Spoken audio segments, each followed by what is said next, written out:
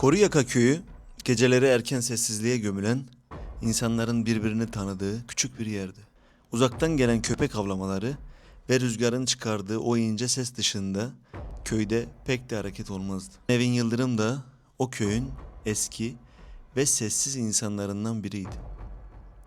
28 yaşında, evli ve 2 çocuk annesi genç bir kadındı.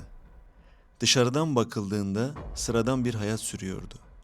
Sabah erkenden kalkıyor, ev işleriyle ilgileniyor, çocuklarını büyütüyor ve köy hayatının ağır ama alışılmış düzenine ayak uyduruyordu.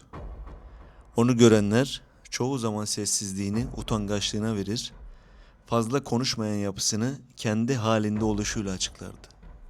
Kimse o sessiz kadının günün birinde Türkiye'nin en çok konuşulan isimlerinden biri olacağını tahmin etmeyecekti. Herkese merhaba. Videomuza yorum yapmayı, beğenilerinizi sunmayı ve kanalımıza abone olmayı lütfen unutmayın. İyi seyirler.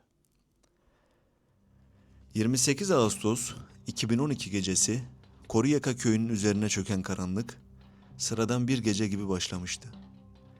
İnsanlar evlerine çekilmiş, sokaklar sessizleşmişti. Ancak gece ilerledikçe köyün kaderini değiştirecek olay yaşandı. Sabahın ilk ışıklarına yakın saatlerde köy meydanına bırakılan bir çuval, kısa süre içinde herkesin korkuyla yaklaşmaya çalıştığı bir şeye dönüştü. Aynı köyde yaşayan evli Nurettin Gider öldürülmüş, başı bedeninden ayrılmıştı.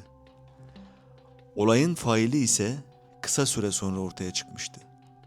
Onu öldüren Nevin Yıldırım'dı. Köyde yayılan söylentilere göre Nevin, meydanda bağırarak "Namusumla oynayanın sonu budur" demişti. İnsanlar korku içinde birbirlerine bakıyor, kimse ne olduğunu tam olarak anlayamıyordu. Bir yanda korkunç bir cinayet vardı. Diğer yanda ise yıllardır sessizce yaşayan genç bir kadın. Olay yerine gelen jandarma ekipleri köyü güvenlik çemberine alırken Nevin gözaltına alındı. Fakat asıl sarsıcı olan şey Nevin'in verdiği ifadelerdi. Tüm gerçekler sırasıyla ortaya çıkacaktı. Nevin, yaşananların dışarıdan göründüğü gibi olmadığını söyledi.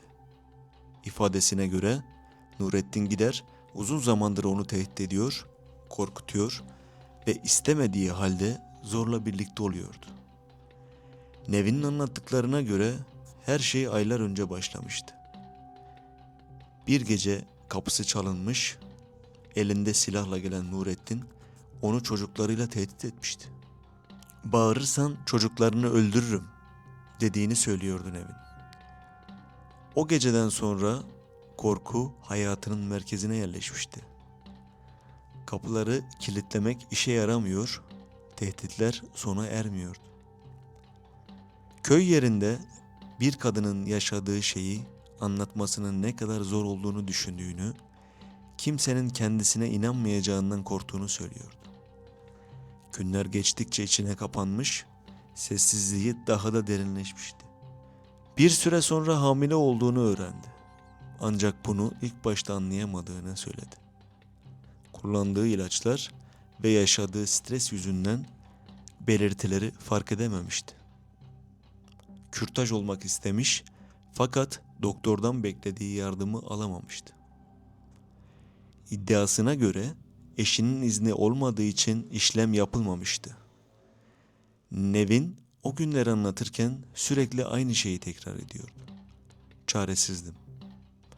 Ona göre hayatı artık kendi kontrolünden çıkmıştı.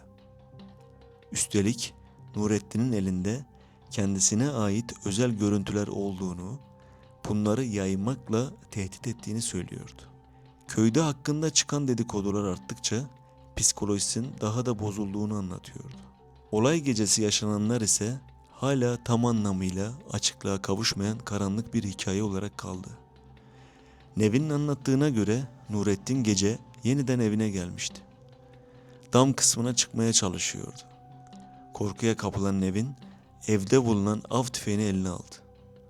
İlk ateş edildiğinde gecenin sessizliği parçalanmıştı. Ardından bir el daha. Sonra bir tane daha. Nevin, Nurettin'in silahına davranmaya çalıştığını düşündüğünü ve korkudan tekrar ateş ettiğini söyledi. O an ne kadar süre geçtiğini hatırlamadığını anlatıyordu. Her şey birkaç dakika içinde olmuştu. Ama ona göre saatler sürmüş gibiydi. Daha sonra yaşadığı psikolojik çöküşü tarif etmekte zorlandı. Öfke, korku, utanç ve çaresizlik birbirine karışmıştı. Nurettin'in öldüğünü düşündükten sonra kontrolünü kaybettiğini söyledi.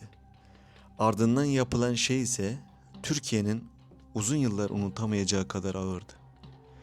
Cesetin başını bedeninden ayırdı ve köy meydanına götürdü. Bu hareket kimilerine göre yıllarca içinde biriken öfkenin dışa vurumuydu. Kimilerine göre ise planlanmış korkunç bir intikamdı. Olay kısa sürede ülke gündemine oturdu. Televizyon programları, gazeteler ve sosyal medya günlerce bu cinayeti konuştu. İnsanlar ikiye bölünmüştü. Bir kesim Nevin'in yıllarca baskı ve istismara maruz kaldığını, sonunda dayanamayarak patladığını düşünüyordu. Özellikle kadın hakları savunucuları Nevin'in yaşadığı iddia edilen korku ve tehditlerin göz ardı edilmemesi gerektiğini savunuyordu. Diğer kesim ise ortada uzun süre devam etmiş, gönül ilişkisi olduğunu, Nevin'in anlattığı hikayenin gerçeği yansıtmadığını düşünüyordu. Tabi bunların hepsi iddialardan ibaretti. Soruşturma ilerledikçe dosyaya giren deliller tartışmaları daha da büyüttü. Telefon kayıtları incelendiğinde Nevin'in ve Nurettin'in uzun süredir görüştükleri ortaya çıktı. Mesajlaşmalar, uzun telefon konuşmaları ve birlikte çekilmiş fotoğraflar vardı. Savcılık bu kayıtların iki kişi arasında gönül ilişkisi bulunduğunu gösterdiğini savundu. Ancak Nevin tüm bunların baskıyla gerçekleştiğini söyledi. Fotoğrafların tehdit altında çekildiğini, mesajların ise kendisine ait olmadığını öne sürdü. Hatta Nurettin'in kendi adına habersiz telefon hattı çıkardığını bile iddia etti. Davanın en dikkat çeken ayrıntılardan biri ise Nevin'in hamileliğiydi. Olaydan yaklaşık 3 ay sonra doğum yaptı. Dünyaya gelen bebeğin devlet korumasına alınmasına karar verildi. Yapılan DNA testleri sonucunda çocuğun babasının Nurettin Gider olduğu kesinleşti. Bu sonuç kamuoyundaki tartışmaları daha da alevlendirdi.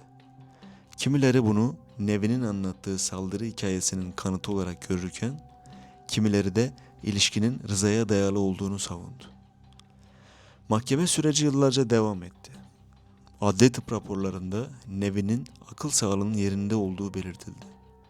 Savcılık, cinayetin planlı işlendiğini savunarak ağırlaştırılmış müebbet hapis cezası istedi.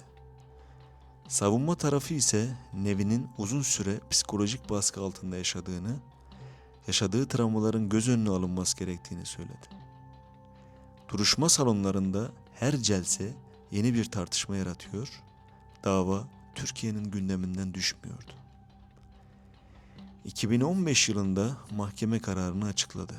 Nevin Yıldırım müebbet hapis cezasına çarptırıldı. Dosya Yargıtay'a taşındı. Karar bozuldu. Yeniden yargılama yapıldı. Ancak sonuç değişmeyecekti. Mahkeme olayda meşru müdafaa şartlarının oluşmadığına karar verdi. Böylece Türkiye'nin en çok konuşulan davalarından biri hukuki açıdan kapanmış oldu. Fakat gerçekte hiçbir şey tamamen kapanmadı. Koruyaka köyünde o gecenin sessizliği hala insanların hafızasında yaşamaya devam etti. Bir tarafta öldürülen bir adam, diğer bir tarafta ömür boyu hapis cezasına mahkum edilen genç bir kadın vardı. Olayın merkezinde ise büyüdüğünde bütün yaşananları öğrenecek olan bir çocuk. Yıllar geçse de insanlar aynı soruyu sormayı bırakmadı. O gece gerçekten ne yaşanmıştı? Bir başka videoda görüşmek üzere. Kendinize iyi bakın.